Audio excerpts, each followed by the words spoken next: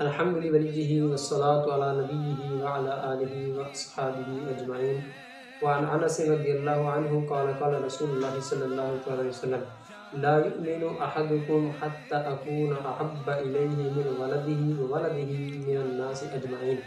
حضرت سیدنا انس رضی اللہ عنہ سے مروی ہے کہ آقا صلی اللہ علیہ وسلم نے ارشاد فرمایا کہ تم میں سے کوئی بندہ اس وقت تک مومن نہیں ہو سکتا کہ جب تک اس کے بچوں، اس کی بیوی، اس کی ماں اور اس کے باپ سے بڑھ کر مجھ سے محبت نہ کرنے لگ جائے، اس وقت تک بندہ کامل ایمان والا نہیں ہو سکتا۔ اسی کے متعلق حضرت انس رضی اللہ عنہ سے مروی ہے، وہ فرماتے ہیں کہ آقا صلی اللہ علیہ وسلم نے ایک جگہ بھی ارشاد فرمایا کہ جس بندے کے اندر 3 خصلتیں ہوں وہ ایمان کی لذت کو پا لیتا ہے، اور فرمایا کہ وہ 3 خصلتیں کیا ہیں؟ نبی پاک صلی اللہ علیہ وسلم نے ارشاد فرمایا کہ وہ 3 خصلتوں میں سے پہلی خصلت یہ ہے کہ جو بندہ